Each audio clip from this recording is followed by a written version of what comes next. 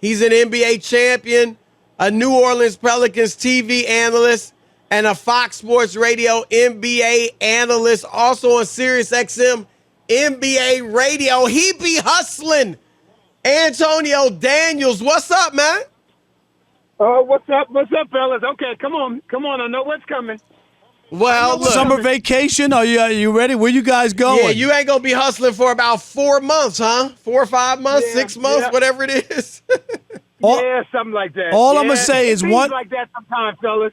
It like that sometimes. One thing I'm going to ask you.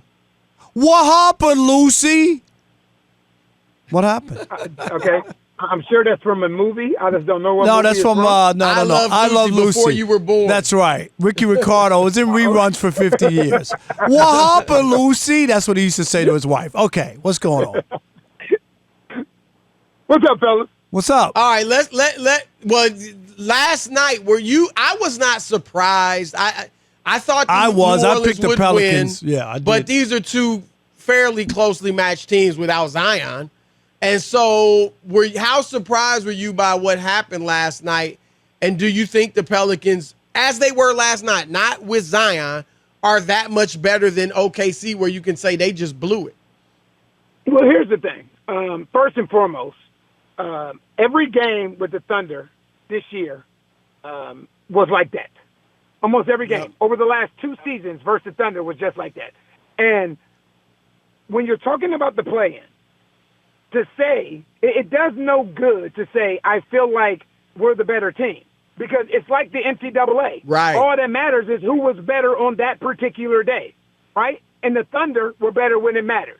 I tell you the thing that stood out for me more than anything else in that game is how poised the Thunder were to be so young, so inexperienced, and that young of a basketball team. To be the second youngest team in the league, to go on the road in a hostile environment, and for those guys to play the way that they played, for 2 of their 3 guys to have the best game. Josh Giddey had the best game of his career, and Lou Dort had the best game of the season. And everything is situational. Everything in this league is situational. It's not about having those games. It's when you have those games. And Shai Gilgeous-Alexander allowing that game to breathe in the first half, to the tune of allowing those 2 guys to get going, paid dividends in the second half once he got going, because those two guys were already in rhythm. Yeah, their future, look, if Chet Holmgren is close to as good as a lot of people think, I mean, their future is really bright. So, yeah, I hear you on OKC. Let's go here. I'm sure you know about C.J. McCollum's comments post-game, talking about how players need to be, just basically a whole – almost darn near a culture shift as far as at least players being ready to play. A lot of people took it. It's hard not to take it as he's pointing out Zion to some degree, maybe some other players too. What did you make of CJ's comments? Here's the thing, man. Like, is he wrong? No. Look, he's a lead. CJ, he's a leader in the league. Players Association, and all that. Veteran. Yeah, but here's the thing, though. The easiest way to lead is not with your words, it's with your action. C.J. McCollum needs surgery on his thumb. Yep. C.J. McCollum may need surgery because he has a torn labrum. So these are things that I've known for quite some time, and I used to say on our broadcast all the time, people are being so hard on C.J. because he may be struggling here or struggling there. If y'all only understood what he's playing through. Because sometimes the players are put in a no-win position. Because if you play through injury and then you don't play well, then fans kill you. And if you don't play at all, then fans kill you. So where is the gray area there? Where is the grace that's offered to CJ for actually what he's going out and putting his body through to try and get this team to the next level? Like, I understand what he's saying, but what he's saying is not it's not rocket science. He's correct. It's very, very difficult in this league to win without your best players on the floor. Plain and simple. There's no way around that. There's no more professional sports league that is as star-driven as the NBA is. One player makes a heck of a difference. The lack of 2 players or the absence of 2 players is a killer. What were your thoughts on Zion not playing? Obviously, nobody can get into his head, but he said himself physically he's fine. he's worried about being hesitant or hurting the team and stuff like that. So here's my thing. You know why I'm glad Zion spoke? Because what this does is this puts the onus, the accountability, and responsibility on his shoulders. Right. All you heard prior to this was, oh, man, the Pelicans aren't allowing him to play. They're holding him back because he wasn't speaking at that particular time. But now when he comes out and says, you know what, man, I'm good physically, mentally, I'm just not there. That takes the onus and responsibility off of the New Orleans Pelicans, and it puts it on the player.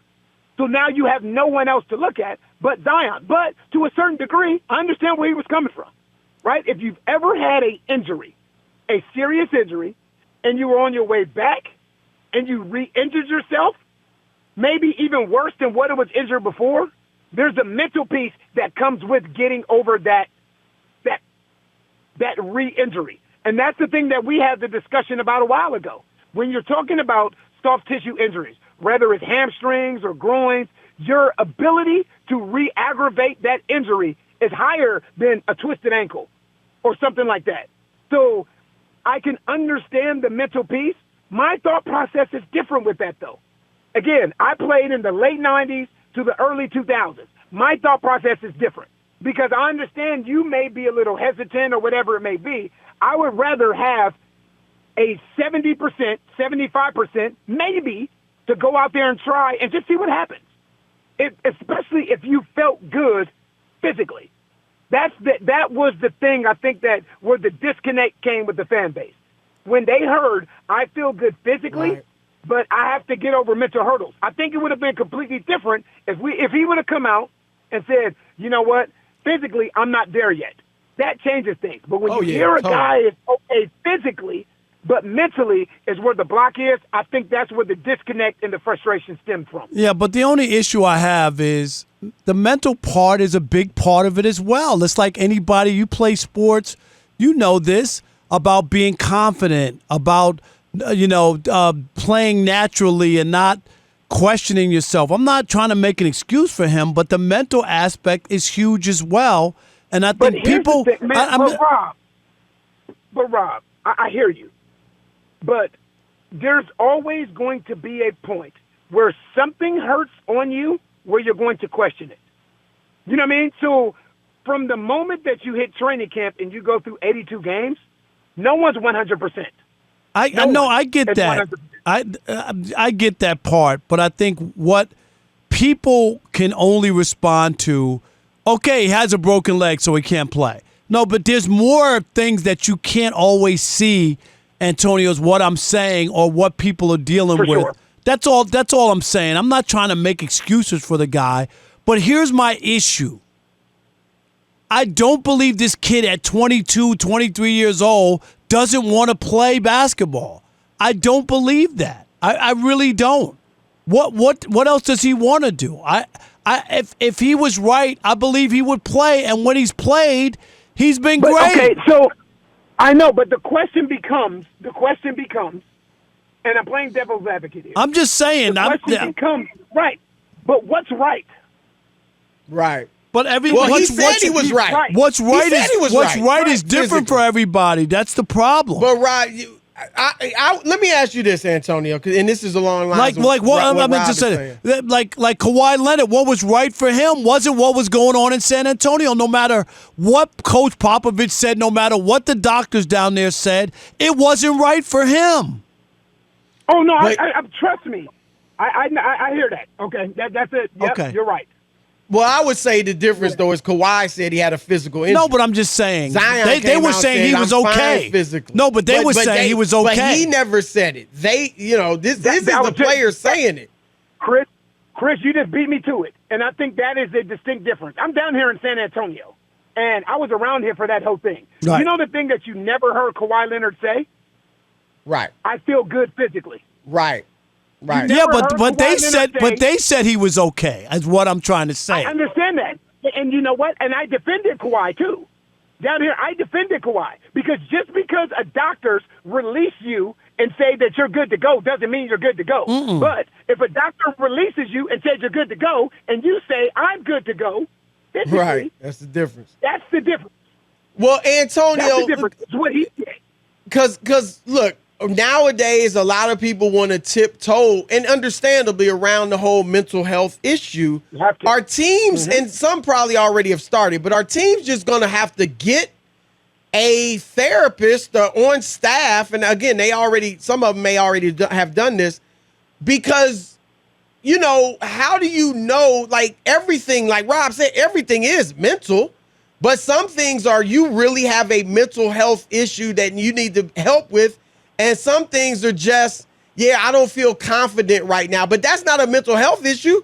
I don't feel like playing. I don't feel right. I don't feel like some things you just got to fight through the uncomfortableness or the insecurity or something. So, because it's a slippery slope to where you might just have players saying all types of stuff, right? No question. But here's the thing. I don't think that there's a team in the league right now that does not have a mental health therapist on their staff. I don't think there's a team in the league that doesn't. This isn't 1990. This isn't the early 2000s. Like, when you look at a bench, and a lot of times these mental health therapists, they're not on the bench. They're in the practice facilities. They're meeting with guys. Look at the bench right now. Back when I played, you had a head coach and 2 assistant coaches. Now you got a head coach, 5 assistant coaches, 4 PD behind coaches. the bench. I can't get over how many coaches. Oh my God! They got guys behind the bench, right? Right. So what I'm saying is, with all that included, you would be hard pressed to find, out of all 30 teams in this league, one team that does not have a mental health therapist on their, I don't know, on their staff, so to speak. No, that's not surprising. And there's so many people in the NBA now. The masseuses have masseuses that travel with the team, right? I mean, right, but here's the thing, though, fellas. Here's the thing, though. It's one thing I'll tell you something that we all know about men. You can have therapists available, but to get a man to go and be vulnerable and open up, that's a different case of scary. Absolutely. Great point. Absolutely. Antonio, all right, that's thank you, buddy. Antonio Daniels, great stuff, man. Have a good off season. Yes. Well, I think we'll be talking to you during the playoffs. Yes. Yeah. We'll be talking to you. Yeah. Not about the Pelicans, but, the other teams. Right. All right, man. Have a good weekend, brother. Appreciate it, fellas.